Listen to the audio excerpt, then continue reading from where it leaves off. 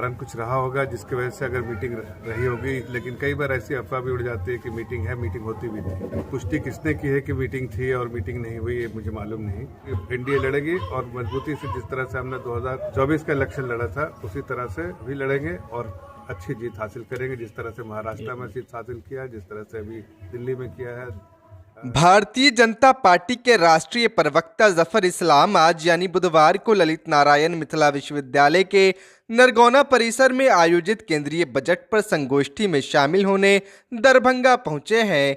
लेकिन संगोष्ठी से पहले वो शहर से सटे शहबाजपुर पहुंचे, जहां भारतीय जनता पार्टी अल्पसंख्यक मोर्चा के जिलाध्यक्ष ने उनका जोरदार और भव्य स्वागत किया। वहीं पत्रकारों से बात करते हुए उन्होंने स्पष्ट कहा कि आगामी चुनाव में एनडीए पूरी एकजुटता के साथ लड़ेगी।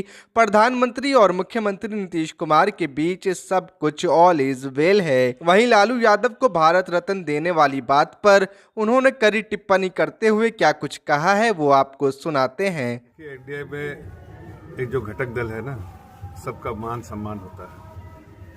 कारण कुछ रहा होगा जिसकी वजह से अगर मीटिंग रही होगी, लेकिन कई बार ऐसी अफवाह भी उड़ जाती है कि मीटिंग है, मीटिंग होती भी नहीं। तो इसकी पुष्टि किसने की है कि मीटिंग थी और मीटिंग नहीं हुई, ये मुझे मालूम नहीं। इसलिए कि जब मीटिंग होती है, पीएमओ में मीटिंग होती है तो होती ही है, वो पहले से सब प्लान किया रहता है। तो मुझे नहीं लगता है कि ऐसा कभी हुआ होगा। लोग कासराई बहुत करते हैं, कई बार स्पेकुलेट करते हैं कि अगर नीतीश कुमार जी गए तो प्रधानमंत्री जी से मिलने वाले हैं या गृह मंत्री जी से मिलने वाले। नीतीश कुमार जी के अपने पार्टी के बहुत सदस्य रहते हैं, दिल्ली में उनका अपना भी बहुत बड़ा कुंबा है और जहां वो मिलते हैं, अक्सर जाते हैं, मिलते हैं। अगर पीएम साहब से कोई मीटिंग होती है तो उसकी जानकारी बहुत पहले हो जाती है और वो कभी टलती नहीं है। हाल अलग हो सकता है, कभी कोई ऐसा एक्सीडेंट हो जाए, देश में कुछ ऐसी अचानक इमरजेंसी हो जाए तो अलग बात है, लेकिन नॉर्मली मीटिंग पहले फिक्स होती है तो उसकी जानकारी रहती है। इसलिए मुझे नहीं लगता है कि इस तरह की कोई स्पेकुलेशन करनी चाहिए।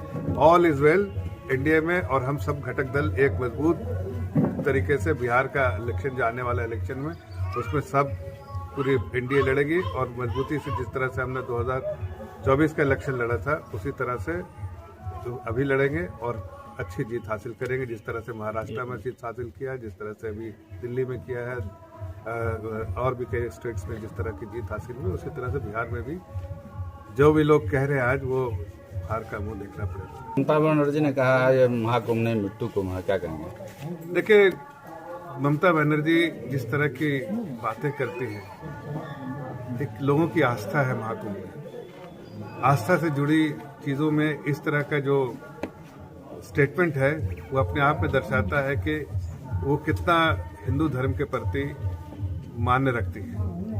होती इसी धर्म से बिलोंग करती हैं, लेकिन जिस तरह से उनका स्टेटमेंट आया वो बहुत जो है, उसकी जितना भी कंडेम किया जाए वो कम होगा। और मुझे लगता है कि उनको देश की जनता से माफी मांगनी चाहिए। तेजस्वी यादव ने कल एक बयान दिया, जो लोग आज लालू यादव को गाली दे रहे हैं वही लोग कल लालू यादव जी को भारत रत्न से नवाजेंगे, क्या कहेंगे? अब देखिए, मुंगेरी लाल के हसीन सपने भी होते हैं। जो आदमी कन्विक्टेड है चारा घोटाला में, उसको देश मुझे नहीं लगता कभी भारत रत्न से नवाजेगा। हाँ, उनके पुत्र है इसलिए उनका ऐसा सोचना कोई गलत नहीं है, उनको सोचना ही चाहिए इस तरह की बातें। लेकिन एक कन्विक्टेड पॉलिटिशियन को भारत रत्न से नवाजा जाए, देश की ये रीति रिवाज नहीं है।